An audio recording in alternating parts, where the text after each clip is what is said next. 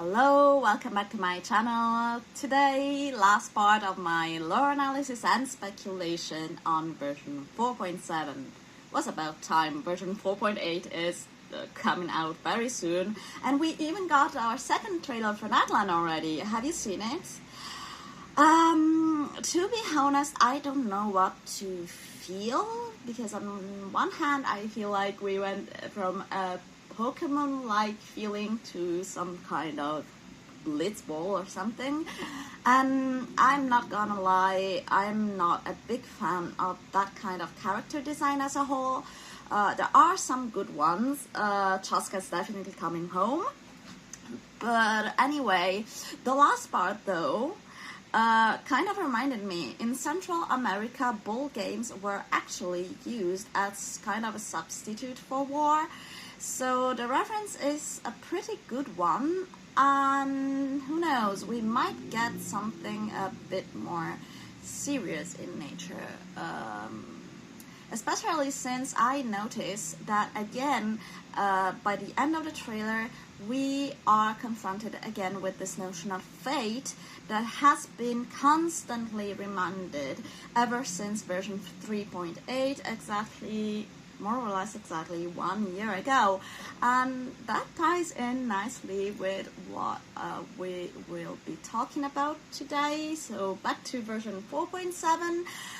Before we start, just two notes. On the one hand, you might hear a bit more of a background noise in this video, and that's basically because temperatures have been sky high lately around here. We're around 38 degrees Celsius. So as I have no cryovision and someone isn't willing to share, just kidding, I've resorted to some more traditional ways of keeping the heat at bay, so as some kind of ventilation, as you can see, and I decided to leave my windows open, so if you hear some kind of, I don't know, street noises or bird chirping in the background, just you know why.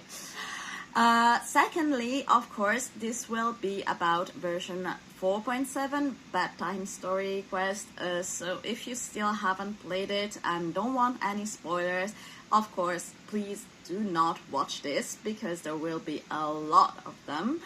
Or if you don't care about spoilers, just go ahead, but don't say I didn't warn you. Last time I tried to show you why I think that a Ragnarok scenario is very possible in Genshin, to find all the possible clues that lie around or could lie around in the future, and also to see how all of this could tie in with the whole Loom of Fate thing. And unfortunately also with Kaya's role in the plot. So if you happen to have missed my previous video and want all of the details, you will find it here.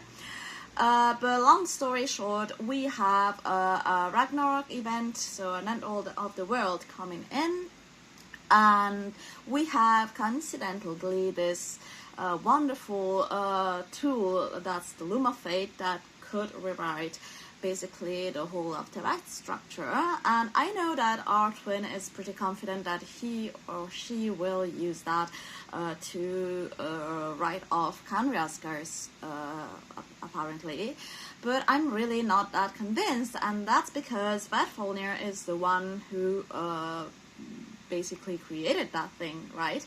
So what could prevent him from using the Loom of Fate to his own ends? So perhaps to create a new Teyvat according to his own standards. And since I think we got a pretty good look at what Vedfolnir's standards are, his standard of perfection is very far from mine, let's say, I'm starting to wonder, okay, who or what could prevent Vedfolnir from achieving that?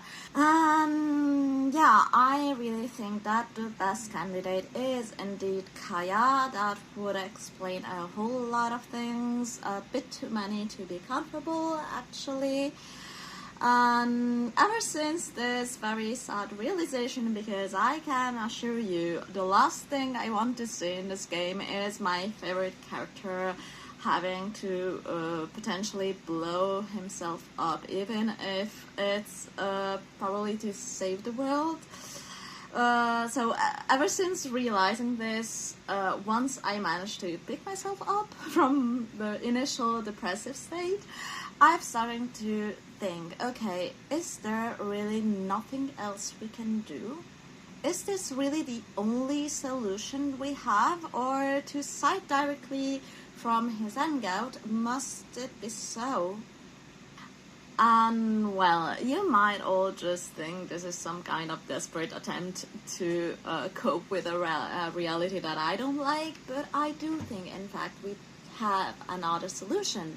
Because you see, there is another character who has been linked explicitly with the Alberich, and that's Rhinedottir. If you saw my previous video on Rhinedottir and Rhinedottir, I've already talked a bit about how the ring cycle by Richard Wagner comes into play in Genshin, and you might have noticed that Alberich is also there as one of the protagonists. So this is one link between the Alberich and Rhinedottir, but did you know there might be also another one, and specifically between Rhinedottir and Kaya? So those of you who follow me on HoYoLab might have already seen me talking about this since I posted about this some time ago, but the link has to do with alchemy.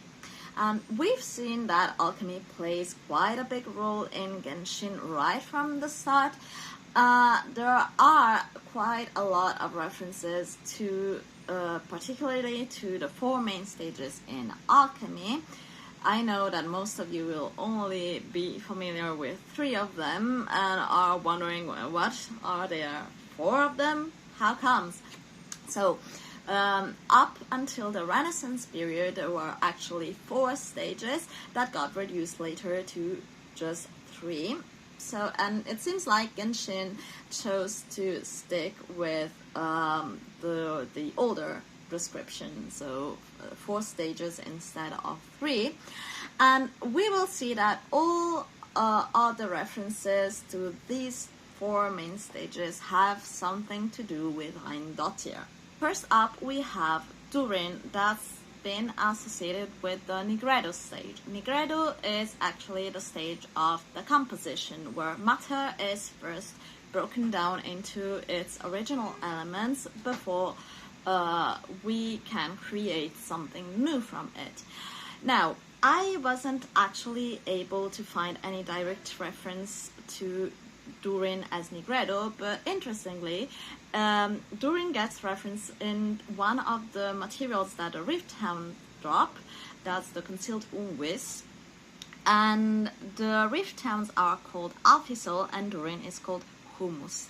Those are both very fertile soil, especially humus, that actually absorb a good part of those elements that are typical of living beings and that return to the soil, to those more superficial soils, once living bodies decay.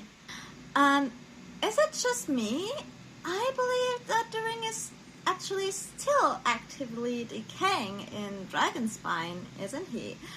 I even kind of remember Albedo wandering back in version 1.2 in the Chalk Prince and the Dragon events about whether it was just a coincidence that Durin happens to be decaying in Dragonspine, mere miles from where Albedo lives, and actually Albedo himself is quite drawn to Dragonspine, isn't he? And speaking of Albedo, Albedo is actually the next stage, the stage of purification. So the matter has been broken down into its original elements, and next up we purify them so as to get rid of any impurities. Actually, Alberich kind of referenced this in his story quest He talks of himself as a being free of impurities, just as matter is after the albedo. So next up we have the phase that got skipped by Renaissance alchemists, and that's the Citrinitas, also called yellow stage or gold stage. And I actually think this is where Rhinedottir's title also comes from. So it's not just a reference to the gold of the river Rhine in Richard Wagner's cycle, but also to this phase, the gold phase. And what happens, or was supposed to happen during this particular phase, is that, so you have this matter that has been broken down into its original elements, then you have purified it with the albedo, and next, Citrinitas' role is to energize this purified matter again, so as to finally be able to create something new and by definition perfect. And now that I think about it, this ties in well with what Skirk told us about each of the 5 sinners pursuing his or her own idea of perfection. This could be actually Rhinedottir's way to achieve perfection, right? There are actually a couple more of interesting facts about the Citrinitas phase, both in real life and in-game. So, in fact, here the in-game references and the real-life alchemical process get really close too. So don't worry, try to follow me. If you have any questions, just feel free to ask me. First of all, in real-life alchemy, there was a very long period of time during which the albedo phase and the Citrinitas phase were thought to be extremely close, and that's also why later on they get just fused together in one and the same phase called albedo. But originally, they were so close. Why? Because it's the actual core of the whole process, where matter gets finally transformed and recombined into something new. So one way of representing this magical process was to picture an alchemical marriage where the albedo phase, so the purification phase, was associated with the moon and the feminine side, while the Citrinitas phase, which energizes that purified matter, was more associated with the sun and the masculine side of things, which is rather funny since albedo is a male, while Rhinedottir is a female character in Genshin, I guess. The dev got creative with that. But anyway, and you might have noticed already, but we do have another reference to the chemical or alchemical marriage in one of the enigmatic pages that we found around Fontaine to complete Canotidia Book of Revelation, didn't we? With all of this in mind, let's have a look at this other piece of lore. So the author of this text is probably Narcissus himself, so René, the same one who calculated the world formula and anticipated the end of the world, interestingly. Here's what it says. Red is the foundational principle, the philosopher's stone, while yellow represents gold and mortal temptation. Yellow is simply bait. Red is the final goal. However, Canria would likely seek the truth for gold's sake before turning that truth into a bread production pipeline. A little bit of contempt oozing from this text, especially for Canrian alchemy, isn't it? So there are a series of very interesting elements in here. First of all, we have our very first reference to the rubedo phase, the red phase, which apparently exists somewhere in Genshin. Secondly, this text somehow implies that Canrian alchemy only ever stopped at the Citrinitas phase. They never went on to the rubedo phase. And I wonder, is that actually true? Did they really do that? Well, I guess I will take Albedo's word for that. He should know, right? And the answer is yes, they apparently did.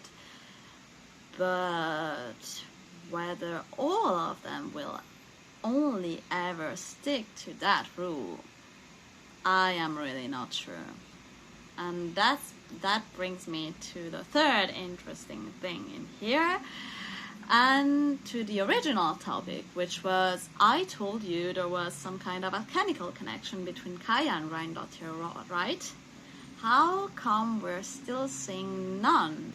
Well, that's because we've only been looking so far at the main stages of the alchemical process. But what about the sub-phases or the transitional phases? There are many of them too, described in both Western traditions, so European alchemy, and Eastern traditions, so Chinese and Indian alchemy, that actually share a number of principles with Western alchemy, but also differ on some points, and one of those core points is precisely one of those sub-phases, and one I found particularly interesting. It is placed by many Western authors right after the Nigredo stage. So once the matter has been broken down into its original elements, it is said that those elements start to glow of the seventh color of the rainbow, and this iridescent phenomenon is described as the cauda pavonis, which also coincidentally, of course, happens to be my nickname on Higher. And you know what cauda pavonis means in Latin? It means the peacock's tail, and I believe we do have a peacock around, right? And in case you think this is too weak of a link, you only have to look at the Spantama Darshan symbol. Because I don't know about you guys, but it looks to me very much as a red peacock, a red one, interesting, seated on a bunch of lines that recall the ley lines, right? And what does that darshan study? Wasn't like alchemy, the ley lines, and the elements? I wonder why they chose a peacock.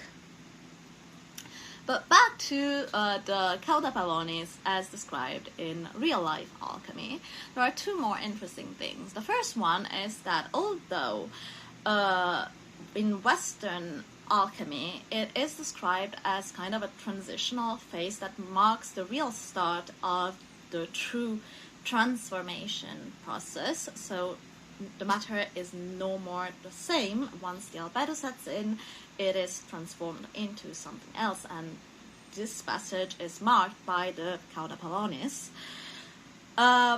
In Eastern alchemy, so in the Chinese tradition, it has a very different meaning. Namely, it is a highly dangerous phenomenon from an alchemist's point of view that threatens to reduce the whole alchemical process to naught. And you know how René talked of the yellow phase symbolizing temptation? That's exactly what the cauda pavonis symbolizes in Chinese alchemy. So it's kind of a very colored phase, so beautiful in fact that it distracts the alchemist from this kind of ascetical process that should lead him to transcend the material world and reach the rubedo stage, or at least the albedo stage. And finally, the last interesting thing is that although, as I said, most Western treatises place the cauda pavonis right after the Nigredo and before the albedo, there is at least one of them that actually places the cauda pavonis between Qui Trinitas and rubedo. And that's the Amphitheatrum Sapientiae, published by German alchemist Heinrich Kuhnrath in 1595. So here I took the back cover of the book. You can find it online. And as you see at the bottom of this drawing, we have chaos unrefined matter that gets then refined into the different elements through combustion and fire. And then from these elements emerge a two-headed figure, and that's the so-called rebis. It's another way of symbolizing the marriage between Albedo and Citrinitas. So we see Albedo on the right and Citrinitas with the nimbus on the left. And over them we can see a peacock symbolizing the Cauda Pavonis that points up to this red triangle at the very top of the image that symbolizes the rubedo. And overall we have a symbol of God, so the rubedo is the closest to perfection. Let's be honest, it's all so precise that I really wonder if Genshin didn't have a look precisely at this treaty. But even with all of this, I can hear you. Okay, let's say Kaya is also linked to all of this alchemical stuff. What is it for, and why do I say it could actually be a solution for this whole Ragnarok and Lumos Fate stuff? Now, first question that we need to answer is, what is Rhinedottir up to?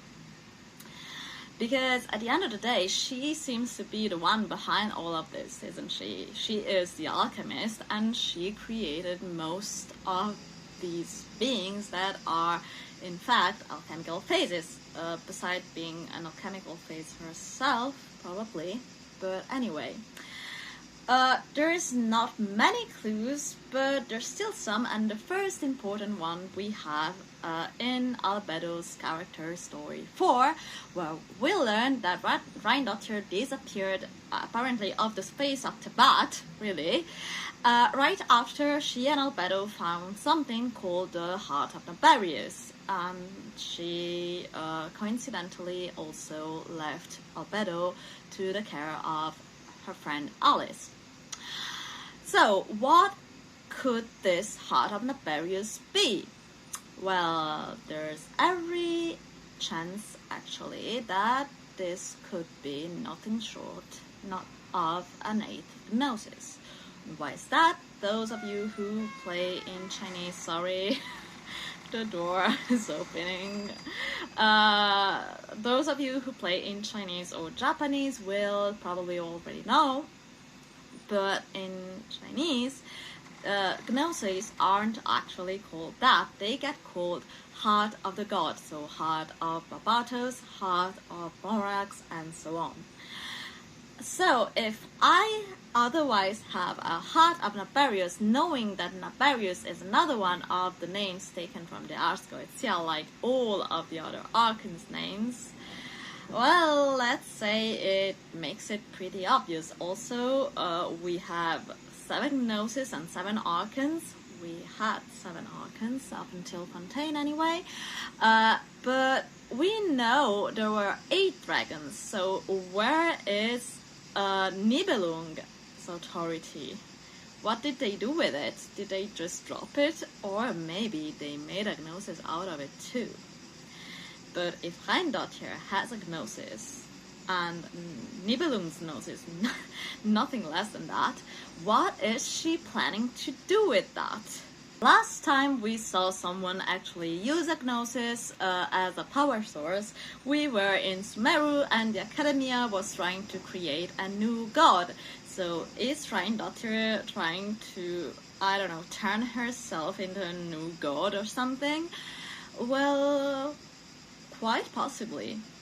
Maybe not herself, but I do believe she's trying to kind of resurrect a god. Not a new one, a very old one in fact.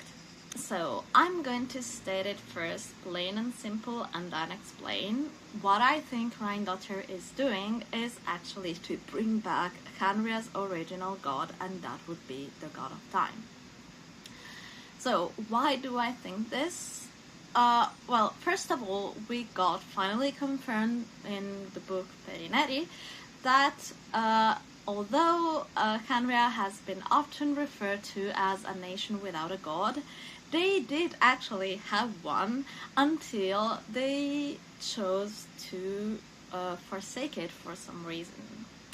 And I will just note that in that same scene when we get told this, Angelica turns Lowbrand into something really close to a rift-down, and she also gets called a witch. So is she Rhinedottir in disguise?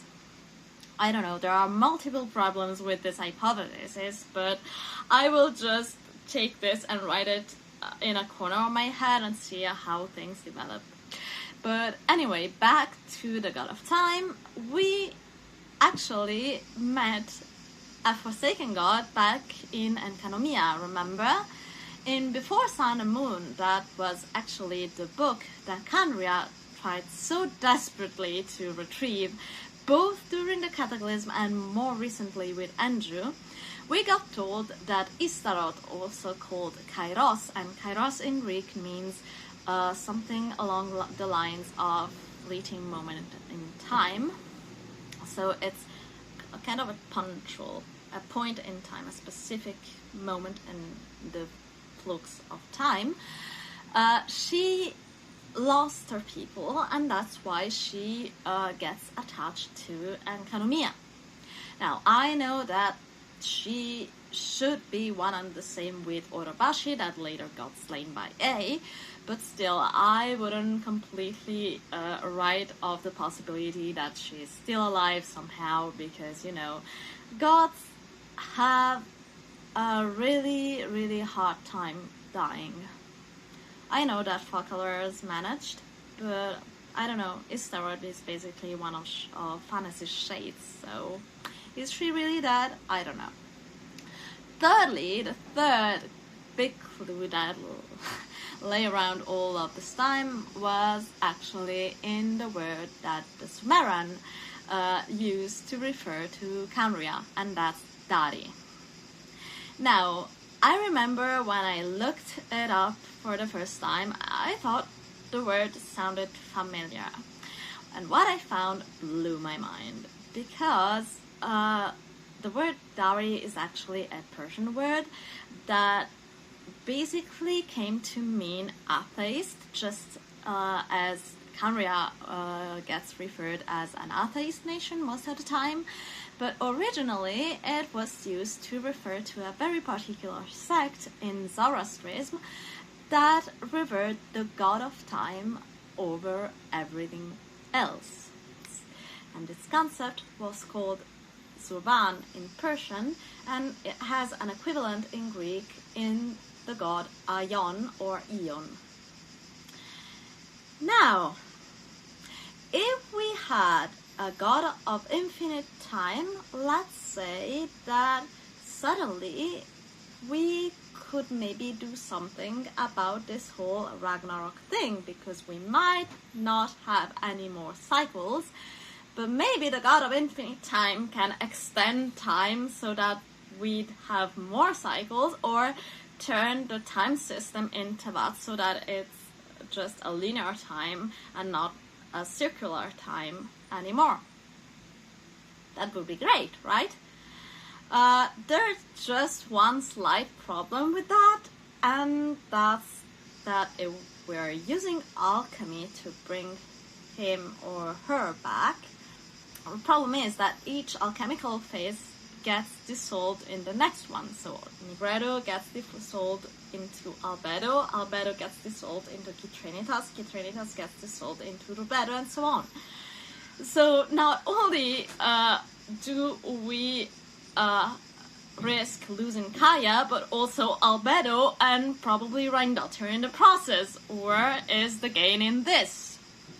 Oh, unless of course we already did have a god of time lying around. There's actually been a couple of hypotheses on this, and I think that one got, okay, if not confirmed, at least strongly hinted at a couple of years ago. Remember the Lanterna, right? In 2023, that big dinner with a bunch of people, among them Zhongli and Xiao, and at some point Venti came in absolutely uninvited, and there was this little interesting scene.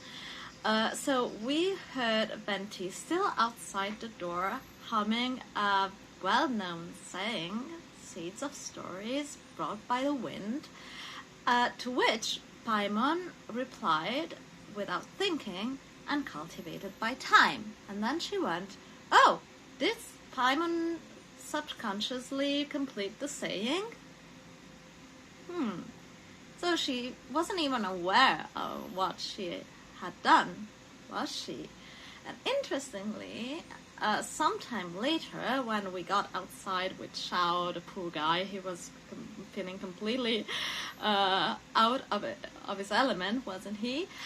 When we got back after our little chat, we joked again with Paimon, that was absolutely hysterical, that she had no sense of time. And she was absolutely furious over this. How dare we say she got no sense of time? I don't know, I just felt out of all the clues that have been gathered multiple times about she being the god of time, that this little scene, casually thrown in a completely random event, is actually the biggest hint we ever got. So if Paimon's there, maybe we won't need for the alchemical process to be completed in all of its phases. Maybe we won't need anyone to die.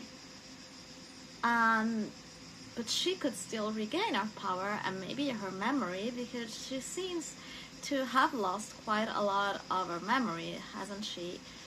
And maybe she could do something. And with this, I think I finally reached the end of my speculations on version 4.7.